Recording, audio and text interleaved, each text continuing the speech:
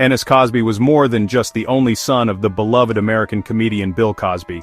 He was a young man with a profound sense of purpose and a future brimming with promise.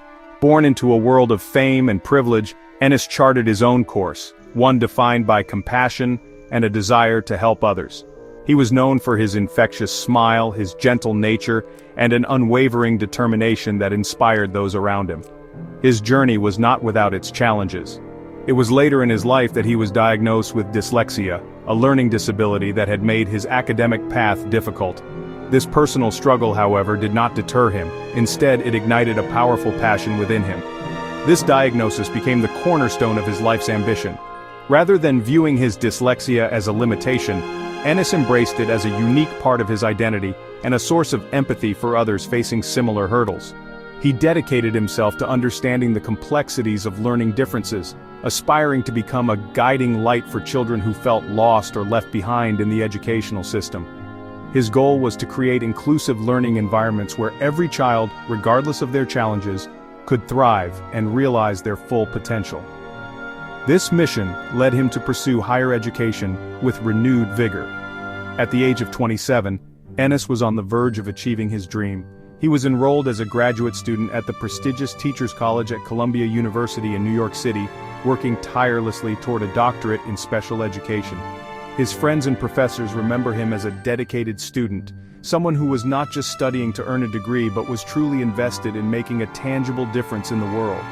He planned to open a school specifically for children with learning disabilities, a place where his personal experience and academic knowledge could combine to create a haven of support and understanding for future generations. His connection to his family was a source of great strength. His father, Bill Cosby, was immensely proud of his son's perseverance and goals. The character of Theo Huxtable on the iconic The Cosby Show, who also struggled in school, was famously inspired by Ennis's own experiences with dyslexia. This brought a very personal family story into millions of American homes, helping to destigmatize learning challenges for a generation of viewers. Ennis was a son, a brother, a friend, and a future educator whose kindness and dedication were set to leave an indelible mark on countless lives. The night of January 16, 1997 began like any other for Ennis Cosby. He was in Los Angeles for the winter break from his studies at Columbia University, enjoying time with his family and friends. After visiting friends in the city, he was driving his mother Camille's dark green Mercedes-Benz convertible, heading north on the Sepulveda Pass. It was a route familiar to many Angelinos, a winding stretch of freeway cutting through the Santa Monica Mountains. The night was dark and quiet, with the usual late-night traffic thinning out as the clock ticked past midnight and into the early morning hours. Around 1 o'clock in the morning, his journey came to an unexpected halt. While driving along the notoriously dark and isolated stretch of Interstate 405, the luxury car suddenly developed a flat tire. Forced to pull over, Ennis navigated the car to the side of the road near the Mulholland Drive exit. He got out of the car to assess the situation and began the process of changing the tire himself. In a moment of thoughtful consideration, he called his friend, Stephanie Crane, who had been following him in another car but had driven ahead. He asked her to come back to the location to illuminate the area with her car's headlights, making the task safer and easier. Crane arrived and parked her car behind the Mercedes, her headlights casting a pool of light onto the scene as Ennis worked to change the flat tire. The isolated setting on the shoulder of the massive freeway would have felt eerie, with the hum of the city distant and the darkness of the surrounding hills pressing in. As Ennis focused on his task, a figure suddenly emerged from the shadows. The stranger approached the vehicle, his intentions sinister and his presence immediately threatening. Crane, alarmed by the man's abrupt appearance and aggressive demeanor, felt a surge of fear. The encounter escalated with terrifying speed. The man, armed with a gun, was there to commit a robbery. He demanded money from Ennis, who remained calm in the face of the sudden danger. What exactly was said in those final, frantic moments remains unclear, but the confrontation ended in senseless violence. The robber, for reasons that would later be debated, raised his firearm and shot Ennis Cosby once in the head. The act was brutal and instantaneous. Ennis, a young man whose life was dedicated to helping others, fell to the ground, his life tragically and violently extinguished on the side of a cold, dark freeway.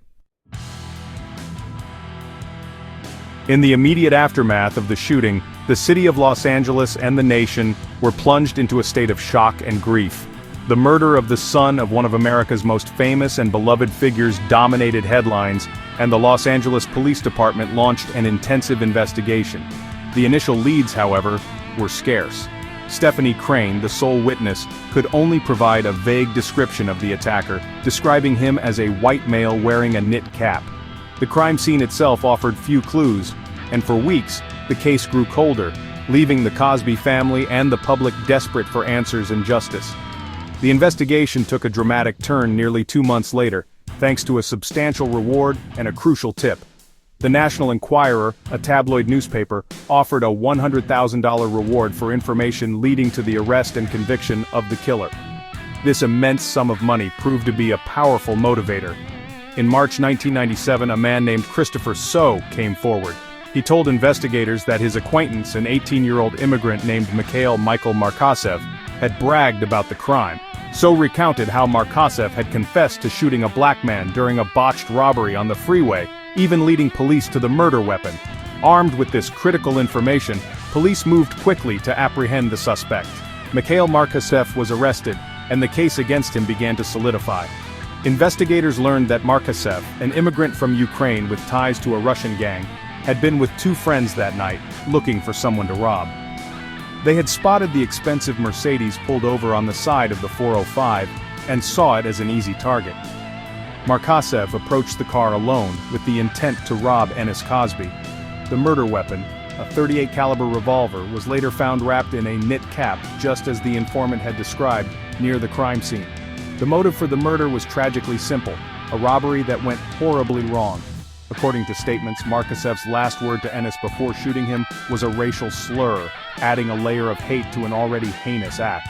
Markasev later sent letters from jail attempting to coerce his friends into providing a false alibi and admitting his guilt, writing, "I shot the NR. I went to rob a drug dealer and obviously found something else." This confession, coupled with the physical evidence and witness testimony, built an airtight case, ensuring that the man responsible for cutting short a life full of promise would finally face justice. The trial of Mikhail Markasev brought the painful details of Ennis Cosby's murder back into the public eye. In July 1998, a jury found Markasev guilty of first-degree murder and attempted robbery. He showed no remorse for his actions during the proceedings. Consequently, he was sentenced to the maximum penalty allowed, life in prison without the possibility of parole, plus an additional 10 years for the use of a firearm. The verdict brought a legal conclusion to the tragedy, but for the Cosby family and the community, the emotional wounds remained deep. The killer was imprisoned, but nothing could bring back the gentle soul that had been lost. The impact of Ennis's death on his family was immeasurable. Bill and Camille Cosby, along with their 4 daughters, navigated their grief with immense dignity, asking the public for privacy while expressing their profound love for their son. In a public statement, Bill Cosby described his son as his hero, and urged the nation to channel its anger into kindness. The loss was amplified for the family in July 2025, with the tragic drowning of actor Malcolm Jamal Warner, who played Theo Huxtable. A representative for Bill Cosby stated the news was as devastating as losing Ennis all over again, calling Warner another son. The public's reaction to Ennis's murder was one of collective sorrow and disbelief. He was seen not just as a celebrity's son, but as a symbol of hope and goodness. His dedication to overcoming his own learning disability to help children touched a chord with people across the country. His death was a stark reminder that senseless violence can strike anyone, regardless of their background or status. The tragedy prompted a national conversation about crime, safety, and the fragility of life. For many, the loss of Ennis Cosby felt personal, like losing a promising young leader who was destined to make the world a better place. Ennis Cosby's legacy endures through the memory of his ambitions and the love he inspired. Though his dream of opening a school for children with learning disabilities was never realized, his story continues to shed light on the importance of empathy and support in education. The Ennis William Cosby Foundation was established by his parents to support students with learning differences. His life, though tragically cut short, remains a powerful testament to the idea that personal challenges can be transformed into a force for positive change. He is remembered not for the way he died, but for the compassionate and purposeful way he lived.